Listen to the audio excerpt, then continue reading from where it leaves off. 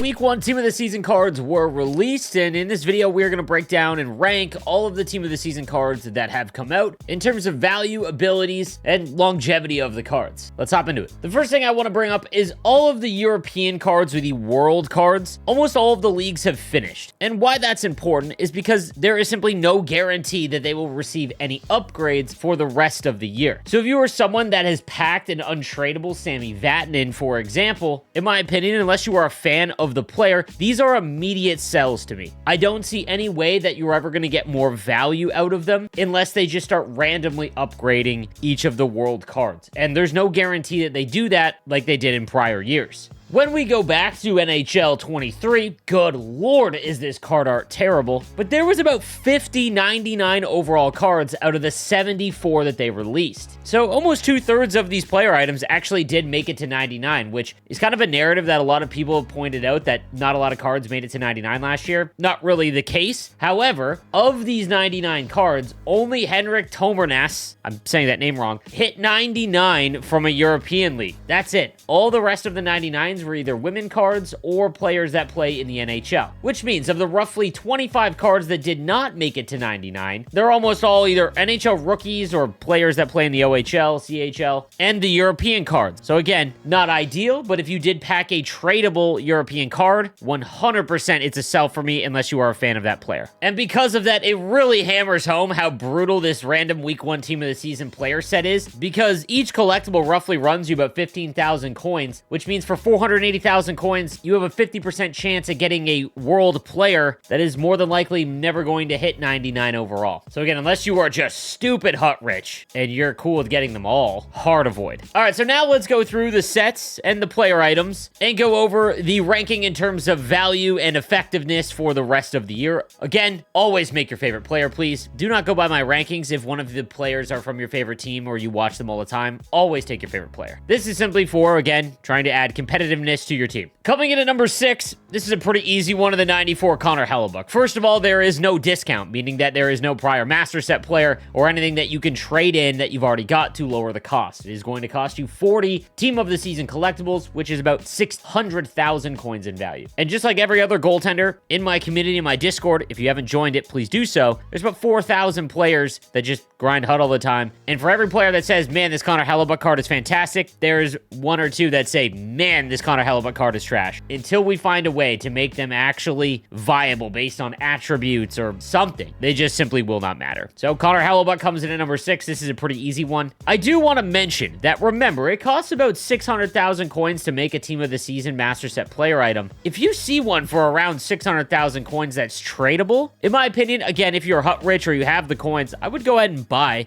because if they do go up, Connor Hellebuyck is almost guaranteed a 99. Winnipeg is going to make the playoffs, so there is a high probability that he'll keep earning cards, so that's something to keep in mind. Coming in at number 5 is Cale Makar. This might be a little surprising, but bear with me. He does come with some great abilities in Silver Shutdown, as well as Quick Pick, and he's already max skating. And when it comes to his X Factor, it's actually far better, unlike his Team of the Year card, where there just really wasn't a ton of value in trading over his X Factor to Team of the Year. But Shutdown really makes that Team of the Season card viable. Now, a bigger change that, hand up, I didn't realize in the Team of the Season breakdown video, I do apologize, is that there is a pretty big discount when it comes to the cost to upgrade, so going from Cale Makar's X Factor to his Team of the Season card, and that's because there is a massive discount on the collectibles needed. So because he is at 96 overall, we know that when he goes up to 99, it will cost you 18 more power-up collectibles to get him to that 99. And then when you consider you can trade in the 96 X Factor Cale Makar and only 4 Team of the Season collectibles, that's a massive discount. Team of the Season and power-up collectibles are a 1-for-1 cost. They cost the exact same. It means you're saving about 14 power-up collectibles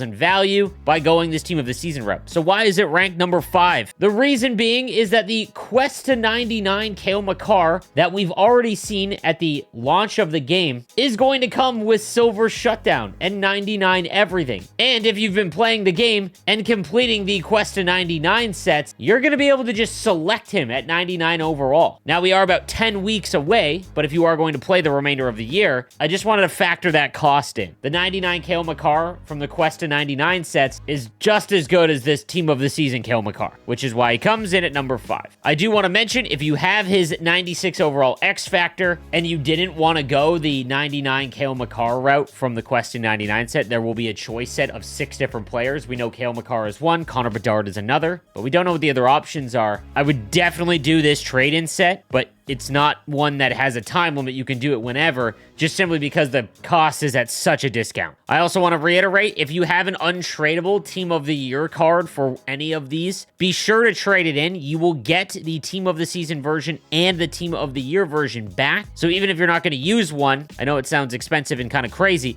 you could trade it into the 91 plus set and end up with, a bunch more Team of the Season collectibles or power-up collectibles, whatever you want to do with it, or just save it until something higher comes out. But just make sure that you're doing this set. Coming in at number 4 is the 95 Quinn Hughes. Now, this is essentially the left-handed version of Cale Makar. However, he doesn't have shutdown. And when you get everything up to 99 in terms of skating, shot, body checking, all of that, the only things that really differentiate a player is their abilities and their height and weight. And because Quinn Hughes is under 6 foot as a defenseman, he's not going to be able to hit the huge Matt Sundins or Danny Heatley's off the puck very effectively, unless you are getting a run at them. That's something that was posted in my comment section on the latest video. I do agree that smaller players are more viable this year in terms of knocking players off the puck, but it's not the when you run at them and get a hit, which does work. In prior years, it didn't. It's the bumping them off the puck when they're holding onto it and protecting it and cycling it in the zone. Players like Quinn Hughes, without shutdown or truculence, they really struggle with bumping these massive guys, especially if they have unstoppable force off the puck, which really hammers their value. That said, this one's got Born Leader, which is fine. Quick Pick is a very good ability, but the rest are just kind of ho-hum. Elite Edges loses its value at the end of the year when everything is 99, including agility, so he just doesn't have a ton to offer. Now, much like Cale Makar, you can do the X Factor trade-in set, where it'll cost you 8 Team of the Season collectibles. It costs you 24 to go from 95 up to 99. So again, just a massive value, something I would definitely recommend doing. Again, that was an oversight in my original video. This is a massive discount to essentially get yourself a 99. Quinn Hughes will be a 99 overall card, and his X Factor offers essentially nothing when it comes to defensive help. So this is definitely a set that you want to do if you have his X Factor card available to you. Now, personally, I think that Cale Makar's Team of the Season card in a vacuum is better than Quinn Hughes, even at 99. It's the fact that we know we are going to have an option of a free 99 overall Cale Makar. Not free, but you know what I mean. So I think that just limits his value just a little bit. Not one that I personally would go out and make for 40 Team of the Season collectibles. I think there are going to be better options coming, but just wanted to break down all of the situations there. Coming in at number 3 is the 96 Nikita Kucherov. All but guaranteed a 99 overall. Simply, he is dominating the league again. He has a real shot at MVP as well. The card specifically is very good with speed boost. He can get to 98 speed. Like I said, he is going to continue to get upgrades. It does look like Tampa's going to make the playoffs. Doesn't have a ton of great abilities, but Unstoppable Force, Make It Snappy are more than fine. I really don't even think you need Elite Edges at this stage of the game. Once cards hit 99 agility and 99 speed, they kind of lose that impactfulness. Now, there are a ton of left-handed wingers that are going to be available to you, but I've heard that Nikita Kucherov so far, his shot is just absolutely nuts. And like I said, guaranteed a 99 overall. Coming in at number 2 is the 96 Nathan MacKinnon. Gold Unstoppable Force, Silver Wheels, Puck on a String, Make It Snappy, 1T, and Edges. Has 99 skating already, and again, another card that is essentially guaranteed a 99. If Kucherov doesn't win MVP, it's more than likely going to be Nathan MacKinnon. Not to mention, Colorado is poised to go on a pretty lengthy cup run, meaning that he will get a shot at playoff cards and live moments and things like that as it goes along. That's something to keep in mind. If you did not get his Team of the Year version, so let's say you started a little bit later in the year and you have the ability to buy a Team of the Season card or make one, Nathan MacKinnon is an extremely safe one. While he might be number 2 on this list, he is one of the best cards in game. His Team of the Year card has been fantastic since launch, and one that I would definitely recommend. And then coming in at number 1 is the Team of the Season Connor McDavid. Now, while I was away in Washington, I was actually able to test out Connor McDavid without wheels and using the Unstoppable Force instead. And a lot of people in the comments were quick to point out that wheels doesn't really have like any use anymore. And while I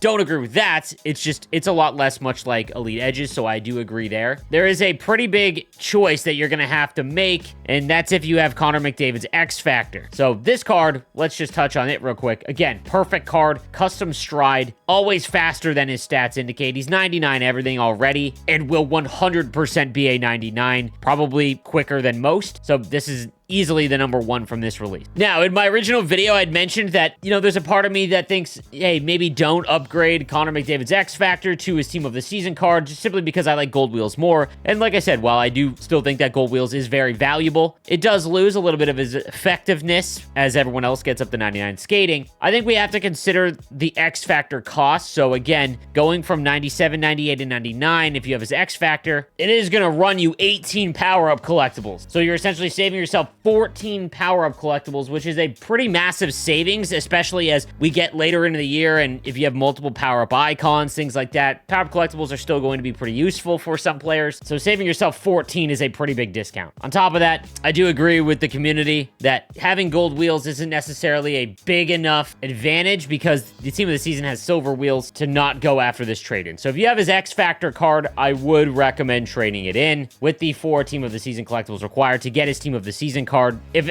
not for anything, just the massive savings on the Team of the Season collectibles. Those rankings, again, do keep in mind the players that didn't start until later on in the year, and maybe they have enough to make one of the Team of the Season collectibles with 40. Remember, you only have until Friday at 5 p.m. to make those cards. Those sets will disappear. So, in my opinion, easily Connor McDavid. If you have 40 and you can only make one, you don't have his X Factor or anything like that, I would definitely make it. Followed by Nathan McKinnon, Nikita Kucherov, Quinn Hughes, Cale Makar, and then Connor Hellebuck. I hope this helps make your decision if you are wondering what to do with each of your cards or who to go after from week 1. It does look like there will be 3 weeks of Team of the Season cards, including a community vote. So it does look like we are going to get to vote on some of these community Team of the Season cards. So that should be pretty exciting. Thank you guys again for 60,000 subs. This is my first video after hitting 60,000 on YouTube. I really appreciate it. I'll see you next time. Have a good one.